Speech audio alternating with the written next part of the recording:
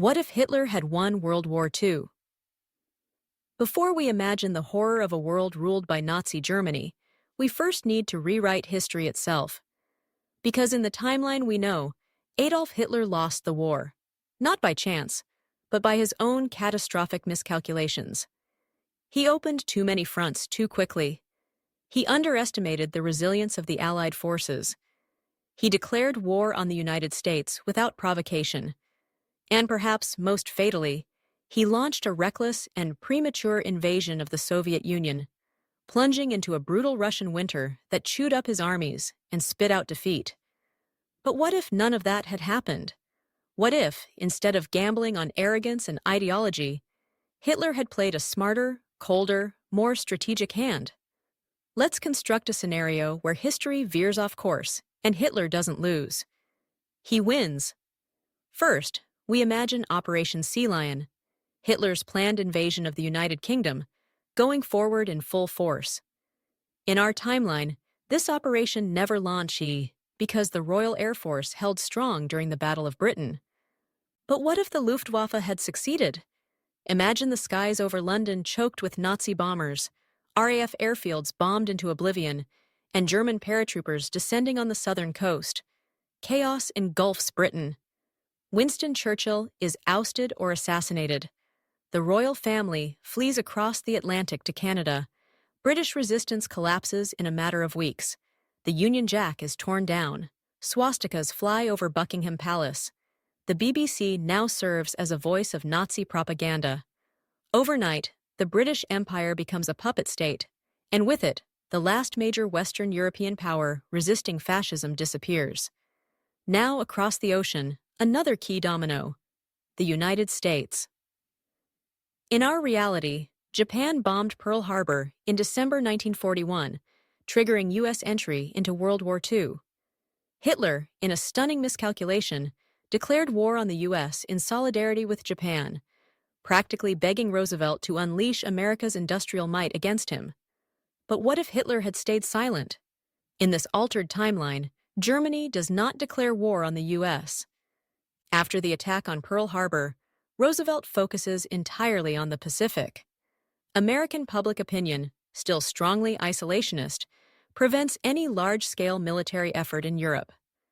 Lend-Lease aid to Britain and the Soviet Union dries up as both nations crumble. Hitler smiles, knowing the sleeping giant has been stirred, but not pointed in his direction. And then comes the most pivotal shift of all: the Eastern Front. Operation Barbarossa, the German invasion of the Soviet Union, was a logistical disaster and a strategic nightmare. Hitler divided his forces across multiple fronts, delayed the assault by months, and failed to prepare for the Russian winter. In our timeline, this hubris doomed his campaign. But what if he had waited? What if Hitler delayed Barbarossa until spring 1942, giving his armies more time to prepare, stockpile supplies, and coordinate a direct thrust toward Moscow? In this alternate reality, the Wehrmacht launches a single, concentrated attack, blitzkrieg at its deadliest. Soviet defenses collapse. Moscow falls. Stalin is captured or assassinated. The Red Army fragments. The vast Soviet Union fractures into occupied zones and resistance-held wastelands, unable to mount an effective counterattack. Nazi flags are raised over the Kremlin. By 1943, with Britain neutralized, the Soviet Union shattered, and the United States watching passively from across the ocean, Hitler controls the vast majority of Europe. North Africa falls under Axis control. Rommel's Afrika Korps links up with German forces advancing into the Middle East, pushing through Egypt, seizing vital oil reserves in Iraq and Iran. Turkey is pressured into alliance or submission. The Mediterranean becomes a Nazi lake. German influence stretches from the Arctic Circle to the Persian Gulf. There is no D-Day, no Allied landings in Normandy, no Second Front. With no Western pressure and no Eastern resistance, Hitler begins consolidating his dream of a 1,000-year Reich. Ethnic cleansing spreads unchecked. Cultural genocide becomes state policy. Slavic populations are deported, enslaved, or exterminated. The Holocaust, no longer bound by time or international scrutiny, expands into Eastern Europe and beyond. Resistance movements are starved of support and hunted down. The Gestapo becomes an international force. German becomes the mandated language across the continent. School children from France to Poland to Greece salute the Führer. And all the while, America stands alone. Its economy thrives, but its influence fades. Isolationism rots its soul. The flame of democracy flickers in the shadow of global fascism. By the mid-1940s, Hitler's empire is not only dominant, it is normalized. Newspapers in South America print pro-German headlines. Neutral countries fall in line to avoid annihilation. The League of Nations dissolves into irrelevance. There is no NATO, there is no United Nations. The world is quieter, but only because all dissent has been silenced. This isn't just a military victory. It's a cultural extinction, a global erasure of everything that didn't fit into Hitler's dream. And the most terrifying part? It was possible. These alternate decisions weren't wild fantasies. They were real historical options Hitler considered but didn't choose. Just a handful of different choices, and the world we know today might never have existed. This is the thin line that separated history from horror. Imagine waking up in a world where the swastika isn't a symbol of shame and horror, but of power, law, and normalcy. Where the idea of freedom exists only in secret memories and whispered stories. In this alternate reality where Hitler won World War II, everyday life has been reshaped by a regime that doesn't just demand obedience, it demands absolute surrender of the mind, the body, and the soul. The world is no longer a patchwork of cultures and ideas, but a gray monolith ruled by one ideology: National Socialism. Totalitarian control permeates every corner of existence. Education, once a tool of empowerment, is twisted into indoctrination. Children are taught not to think but to obey. History is rewritten to glorify the Reich. Heroes like Abraham Lincoln and George Washington are erased or recast as misguided fools. The only leader worthy of admiration is Hitler. Science, once a quest for truth, is now chained to politics. Albert Einstein? Forgotten. Evolution and relativity are banned as Jewish science. Instead, classrooms teach eugenics, lessons in racial purity and breeding superiority. Biology becomes a weapon. Mathematics is nationalized. Chemistry fuels war, not medicine. Even art, arguably the soul of any society, is co-opted. Music that doesn't conform to Nazi ideals is silenced. Jazz, blues, and modernist symphonies are declared degenerate. Museums are emptied of anything that doesn't reflect Aryan aesthetics. Books are burned not just for ideas, but for the bloodlines of their authors. Films are reduced to propaganda. Architecture becomes cold, massive, intimidating. Cities are redesigned to impress, not inspire. And for those who dare to speak out, punishment is swift and absolute. Dissent is death. A wrong word in the wrong place earns a one-way ticket to a labor camp. Entire families vanish overnight. Informants are everywhere. Neighbors, co-workers, even your own children are encouraged to report disloyal behavior. Fear is currency, silence is survival. And through it all, the Holocaust continues. Not as a chapter in history, but as ongoing policy. In our reality, the Holocaust claimed 6 million Jewish lives. But in this timeline, without an Allied victory to stop it, the final solution never ends. Jews are hunted in every corner of Europe and beyond. The Roma are exterminated. Slavs are enslaved or starved. Disabled people are systematically killed in hospitals disguised as clinics. Homosexuals are sent to camps. Political dissidents are tortured until they conform or disappear. The camps grow in size and number. Auschwitz is not a symbol of past horror. It's a functioning part of the system. Generations are born and die in its shadows, never knowing anything else. Bureaucrats treat genocide like logistics. Death becomes a spreadsheet. Humanity is reduced to numbers, erased with ink and efficiency.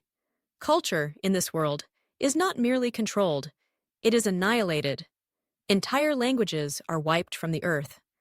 Polish, Czech, Yiddish, Ukrainian, and even French are outlawed.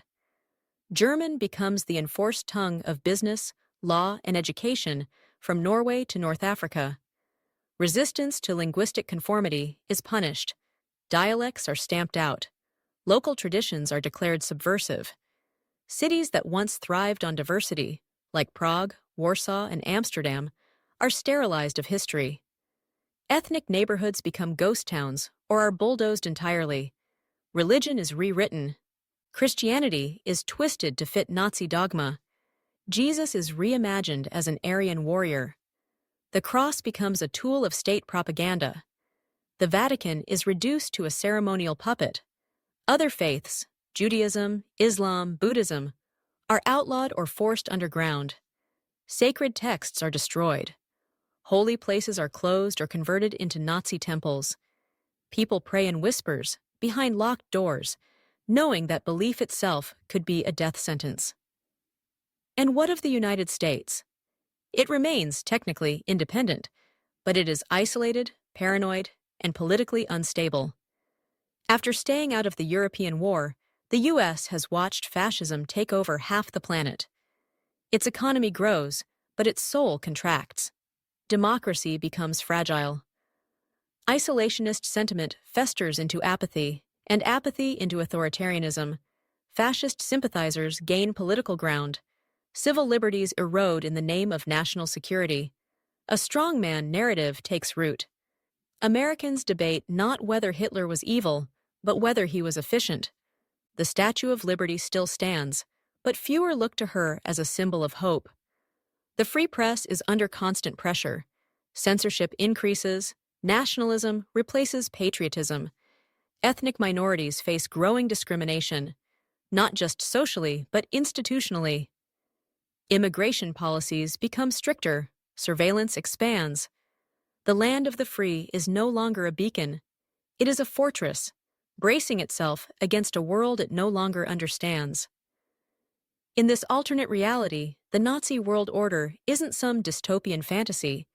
It's the cold, calculated dismantling of everything we value: freedom of thought, the right to live without fear, the joy of diversity, and the courage to be different. It is a world engineered to crush the individual and worship the state. A world where survival replaces meaning and obedience replaces identity. The question is no longer, what if Hitler had won? The question becomes, how close did we come to losing everything? Imagine spinning a globe and watching nearly every inch of it stamped under the emblems of two ruthless empires, one bearing the swastika, the other the rising sun. In this alternate timeline where Hitler won World War II, the entire geopolitical order has been rewritten, not with treaties and diplomacy, but with blood, terror, and total control. Europe is no longer a continent of sovereign nations. It has been absorbed into a single, sprawling empire known as Germania. From the windswept cliffs of Ireland to the snow-covered Ural Mountains, Nazi banners fly over cities once proud of their independence and culture. France is no longer French. Paris has been stripped of its identity, its language suppressed, its monuments co-opted. The Eiffel Tower still stands, but it casts a shadow over a city renamed, repopulated, and ruled by Nazi officials. The German language is mandatory in schools, workplaces, and courtrooms. Resistance is met with public executions and disappearances in the night. Former nations like Belgium, the Netherlands, Denmark, and Norway have become obedient provinces under the direct rule of Berlin. Southern Europe fares no better. Italy, now a junior partner in fascism, is kept in check, while Spain and the Balkans serve as client states, governed by local dictators propped up by the Nazi war machine. Even neutral countries like Sweden and Switzerland, which once prided themselves on sovereignty and neutrality, are economically strangled and politically coerced into the fold. At the heart of this empire lies a new capital, Welthauptstadt Germania, an architectural monstrosity built atop Berlin. Designed to reflect the eternal supremacy of the Aryan race, it's a city of marble, columns, and vast spaces meant to intimidate and overwhelm. Hitler's dream of a global empire now has a capital worthy of his delusions. But the conquest of Europe was only the beginning. With the Soviet Union defeated and Moscow in ruins, the landmass stretching from Poland to Siberia has been divided into massive administrative regions known as Reichskommissariats. These are not provinces, they are colonial zones, each ruled by Nazi governors with absolute authority. The local Slavic populations are branded subhuman and subjected to forced starvation, deportation, and industrial-scale executions. The Nazi blueprint, known as General Plan Ost, comes to life. Millions are killed or displaced to make room for German settlers. Cities are depopulated, languages are banned. The Soviet Union doesn't just fall, it is erased. In the south, Africa becomes the next target of expansion. Nazi Germany reclaims its old colonies, Togo, Cameroon, German East Africa, and pushes further inland. Central and Southern Africa fall under fascist rule. Native populations are massacred or enslaved, while German colonists seize land and resources. In this version of history, apartheid becomes global policy, racial cleansing becomes routine, and the world turns its head in fear or indifference. In the Middle East, Hitler's armies take control of vital oil fields in Iraq, Iran, and Saudi Arabia. The region, strategically vital and resource-rich, is swallowed into the Reich.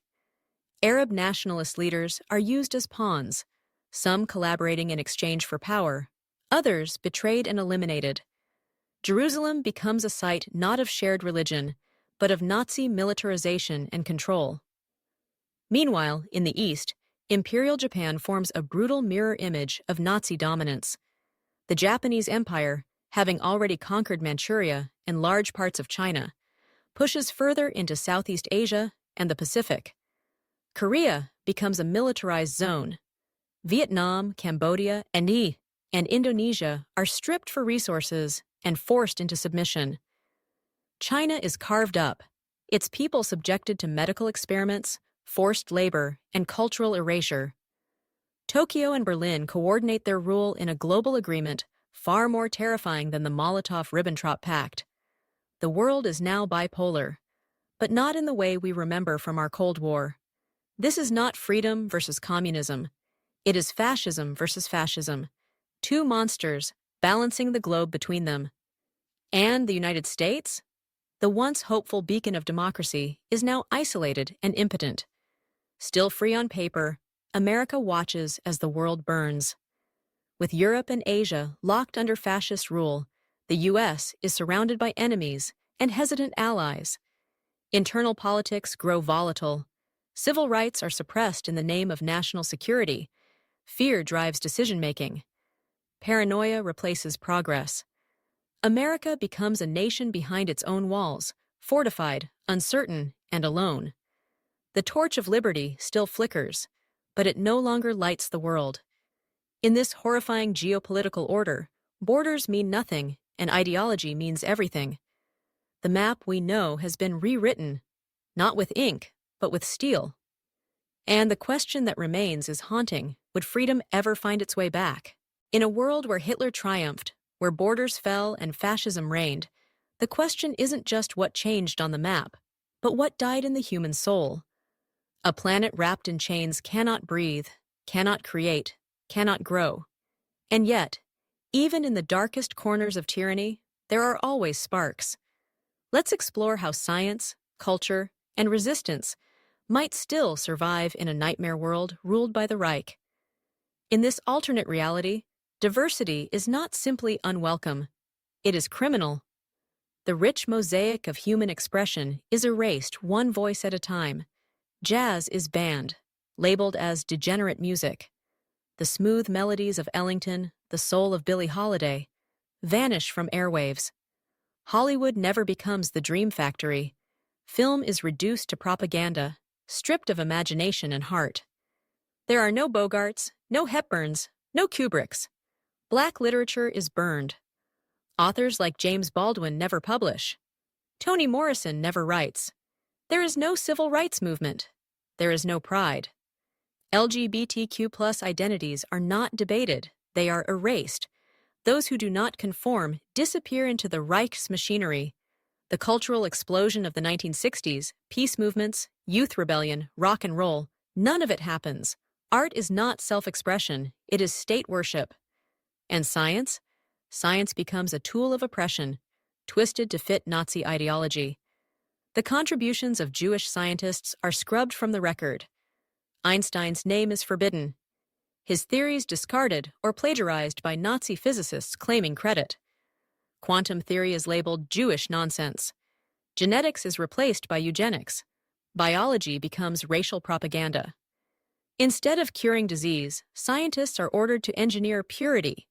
Children are bred, not raised. Those who don't meet Aryan standards are sterilized or killed. And yet, amid the silence, rebellion simmers. Secret resistance cells form in basements, forests, and even within the Nazi establishment. Writers pass banned books hand to hand. Scientists falsify their research papers to buy time. Teachers whisper the truth behind closed doors. A hidden web of information spreads, analog at first, then digital. The Nazi regime builds a surveillance network to rival any dystopian fantasy. Cameras on every corner, microphones in every home. A proto-internet, controlled and censored, delivers only Reich-approved information. But beneath the surface, hackers emerge, brilliant minds working in darkness, creating encrypted communications, pirated networks, illegal data drops. It's not just a resistance, it's a digital rebellion. Teenagers trade forbidden jazz tracks through hacked radio signals. Historians archive truth in invisible files hidden on state-run servers. Scientists sabotage weapons programs by planting faulty designs. Every byte becomes a bullet. Every line of code a protest. Religion, too, becomes a battlefield. Christianity is rewritten to serve Nazi ideals. The image of Christ is Aryanized. Churches are forced to preach loyalty to the Führer. Sermons glorify war, not peace. Love your neighbor, only if he's German. But underground churches survive. In hidden rooms, real gospels are read. Families gather in silence, praying not for victory, but for truth. Synagogues reopen in secret, windows blacked out, guarded by children who pretend not to know. Imams whisper verses over static-ridden radio waves. Faith becomes resistance. Belief becomes rebellion. In this version of history, the human spirit is under siege from all sides. But it is not extinguished. There are uprisings, small and scattered at first. A graffiti artist in Warsaw sprays a swastika with a blood-red X. A composer in Prague writes symphonies that sound like grief and hope. A scientist in Cairo poisons the blueprint of a Nazi drone. These are not victories in the traditional sense, but they are survival. And sometimes, survival is the most powerful act of defiance. Could a global revolution rise from these embers? Or would fear, exhaustion, and generational brainwashing smother it before it ignites? That question lingers like a whisper in the air. In a world ruled by fear, can courage become contagious? In a system designed to crush every soul, can a single voice, singing, coding, praying, spark something greater? History tells us that it has happened before, that even in the darkest chapters, light finds its way in.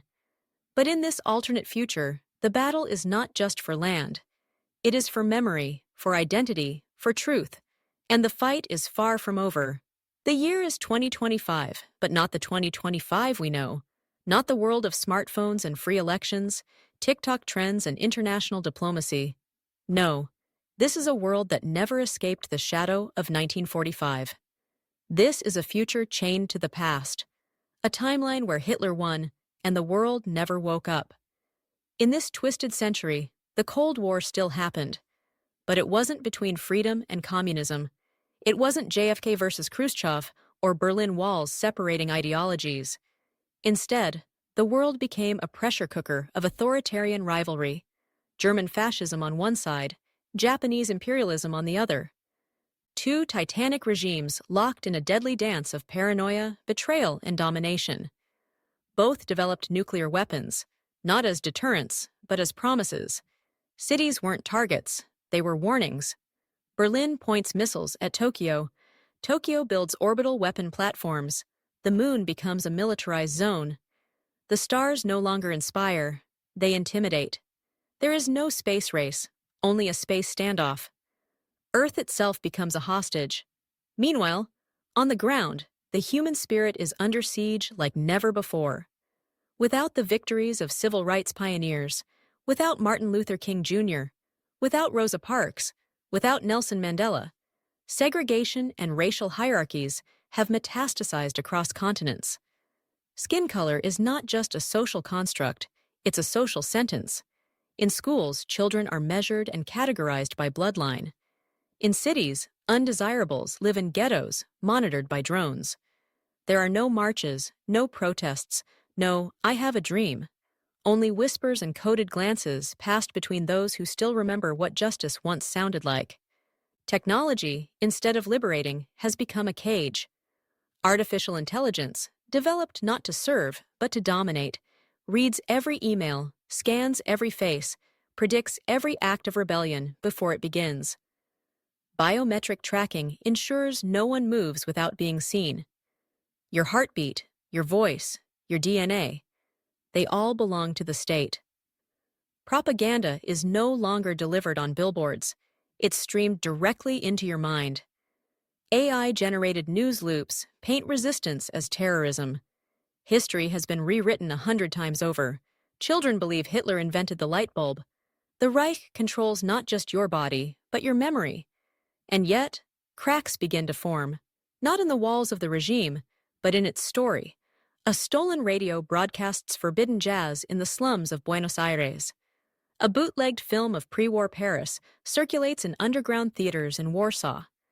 A hidden satellite uplinks the voice of a rebel poet, reading verses from a banned book once thought lost to fire. A factory worker in Mumbai hums a melody that was once heard on a Motown record. Somehow, the rhythm survived. The resistance does not look like armies or revolutions. It looks like memory, like love, like truth. Teenagers in secret forums code AI systems that mimic the Reich's own surveillance tech. But flip it. They build encryption strong enough to hide entire digital libraries. Whole generations are being re-educated, not by states, but by stolen history. One by one, people begin to remember. And when enough people remember, they begin to hope. What happens next is not scripted. It does not follow the Nazi playbook. It erupts. In cities across the empire, blackouts hit. Billboards malfunction, displaying quotes from banned philosophers. AI propaganda drones start broadcasting gospel songs, punk lyrics, resistance slogans. The Reich's own machines are hijacked by the human soul. Japan's satellites are hacked. Berlin's security grids collapse. In one sweeping wave, truth crashes through the lies. Riots become revolutions. Revolutions become uprisings. Uprisings become a reckoning. And the world begins to change. Because the Reich, so obsessed with power, with purity, with perfection, forgot one simple truth. The will of free people is more dangerous than any atom bomb. You can erase names, burn books, kill bodies, but you cannot kill an idea whose time has come. Not forever. Not when it burns in a million hearts. Not when it sings through forbidden songs and lives in stolen pages.